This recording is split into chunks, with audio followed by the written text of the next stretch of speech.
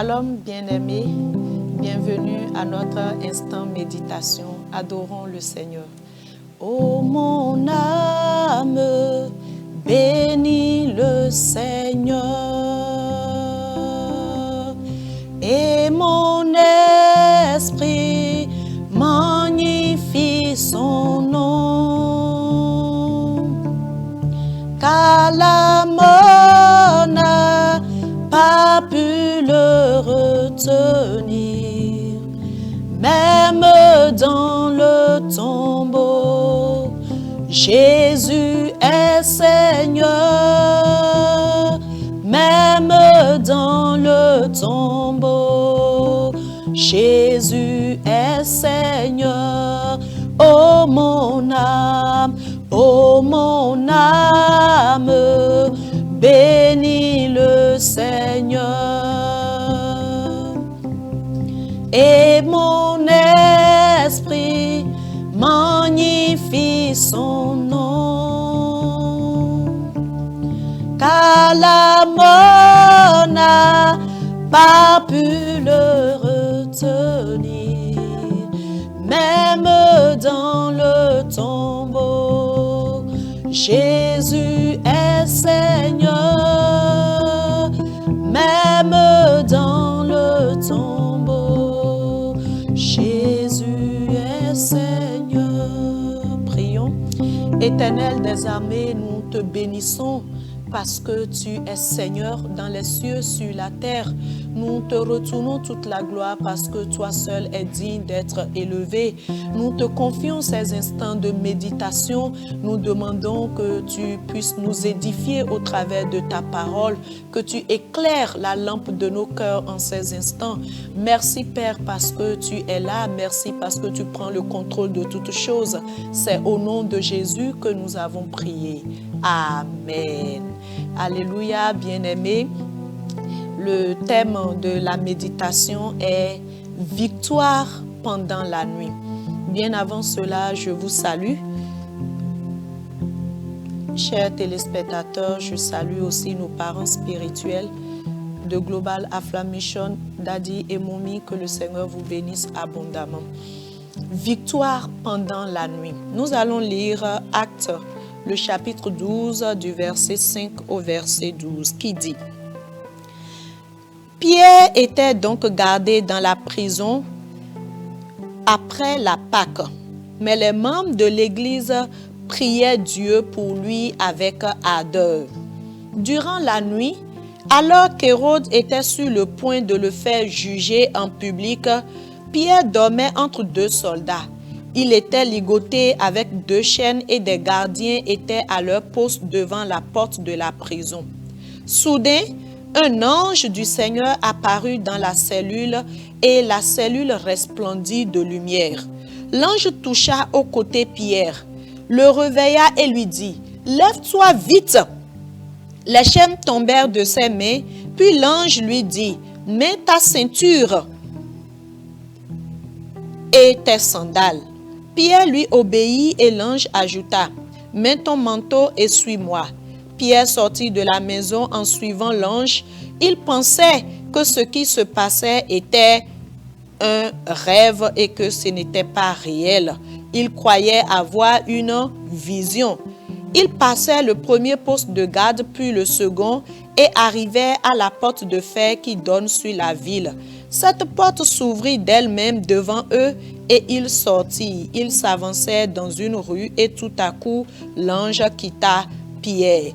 Alors Pierre se rendit compte de ce qui était arrivé et dit: « Maintenant je vois bien que c'est vrai, le Seigneur a envoyé son ange et il m'a délivré du pouvoir d'Hérode et de tout le mal que le peuple juif me souhaitait. » Quand il eut compris la situation, il se rendit à la maison de Marie, la mère de Jean, surnommée Marc. De nombreuses personnes s'y étaient réunies pour prier. Alléluia. Victoire pendant la nuit. Lorsque nous lisons Jérémie le chapitre 6 au verset 5, la Bible dit: « Allons, montons de nuit et détruisons ces palais. » Beaucoup de choses peuvent se passer en une nuit. Paul et Silas ont obtenu leur victoire et leur liberté dans la nuit. Pour le royaume des ténèbres, la nuit est le moment où ils se réunissent. La nuit est le moment où ils font leur rapport. Ils prennent des décisions concernant le cas des gens. C'est aussi pendant la nuit qu'ils renouvellent les alliances, les malédictions et offrent des sacrifices. C'est le moment où ils supervisent les fardeaux, les punitions, les jougs qu'ils ont placés sur leurs victimes. C'est aussi le moment où ils atterrent la destinée de nombreuses personnes. Le meilleur moment pour l'ennemi de frapper et obtenir un maximum d'effet est la nuit. Lorsque nous lisons la Bible, nous y trouvons plusieurs cas.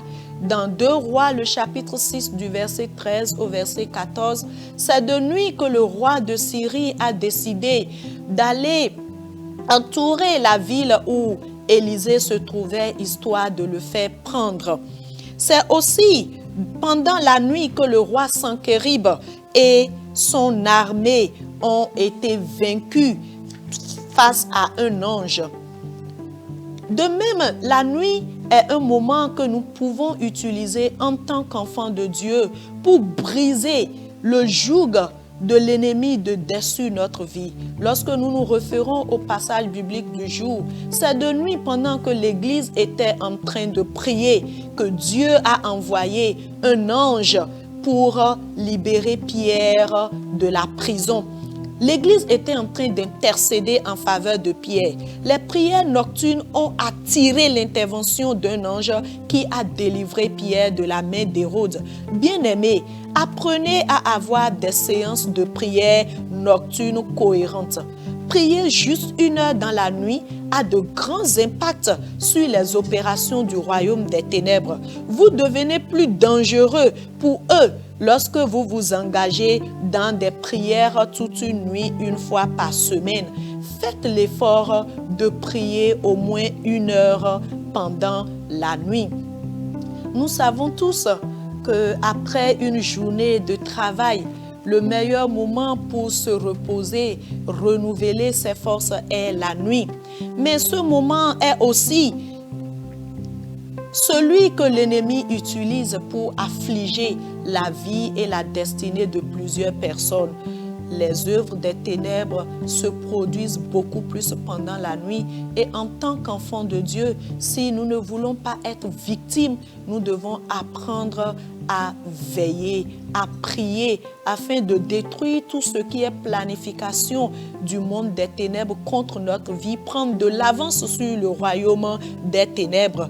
Même lorsque le roi Sanchérib voulait s'en prendre au peuple d'Israël, c'est au cours d'une nuit que le Seigneur a envoyé un ange et lui a fait perdre près de 185 000 hommes de son armée et il a dû se retourner. C'est de nuit que Samson s'est levé et il a enlevé les portes de la ville de Gaza qui étaient fermées contre lui. Alors que l'ennemi pensait qu'il l'avait déjà pris au piège, Samson s'est levé de nuit, il a enlevé les portes et les a jetées sur la montagne. Il a pu avoir sa liberté.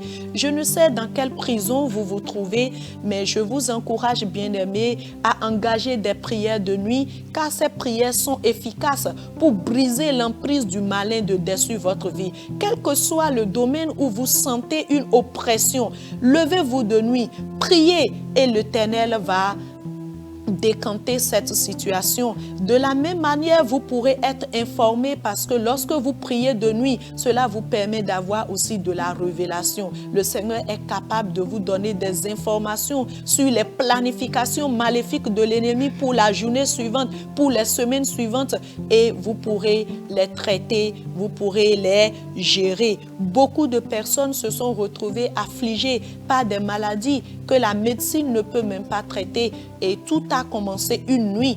Peut-être pendant qu'ils étaient en train de dormir, ils ont été nourris dans leur sommeil et là, ça a été le démarrage, le début d'une maladie qui leur a coûté pratiquement toute leur fortune.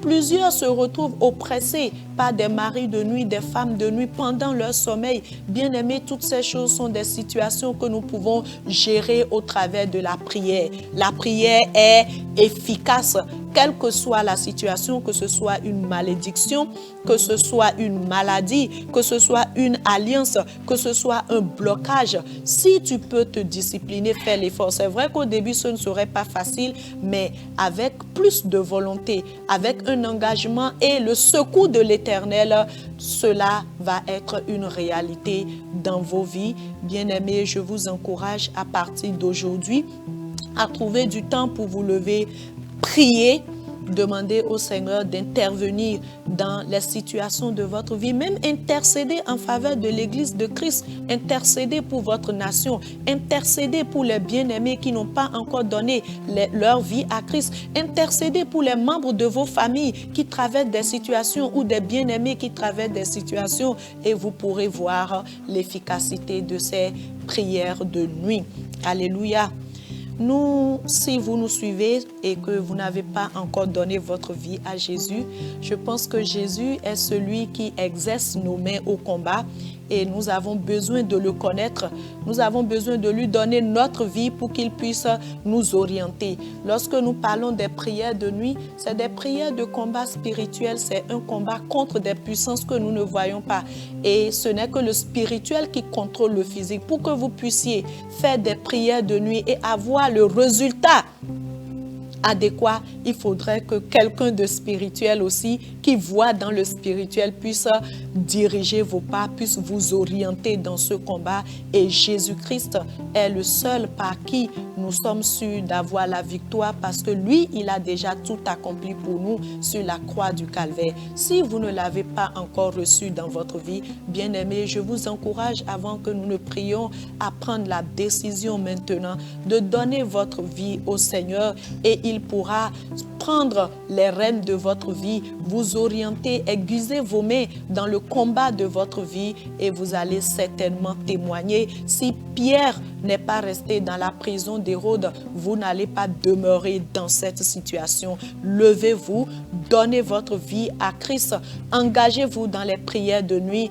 et vous verrez la gloire de l'Éternel se manifester. Nous allons prier. Dites avec moi: onction pour prier la nuit, descend sur ma vie au nom puissant de Jésus. Père éternel des armées, je prie pour nos téléspectateurs. Je demande que l'onction pour pouvoir prier de nuit, ces gens qui priaient auparavant, mais qui à un moment donné ont perdu tout engouement pour la prière, je prie que ce matin, le joug qui a été posé sur leur vie pour les refroidir spirituellement, que ce joug soit brisé, qu'un feu nouveau s'allume dans leur vie, que l'onction pour pouvoir prier de nuit descende sur vos vies maintenant au nom de Jésus. Recevez la grâce de pouvoir vous lever chaque nuit et prier, briser le joug de l'ennemi dans votre vie, autour de vous, au nom puissant de Jésus de Nazareth. Et pour cela qui viennent de te donner leur vie, Père, je prie aussi que tu puisses les diriger, que tu les conduises pas à pas jusqu'à leur affermissement. C'est au nom puissant de Jésus que nous avons prié. Amen.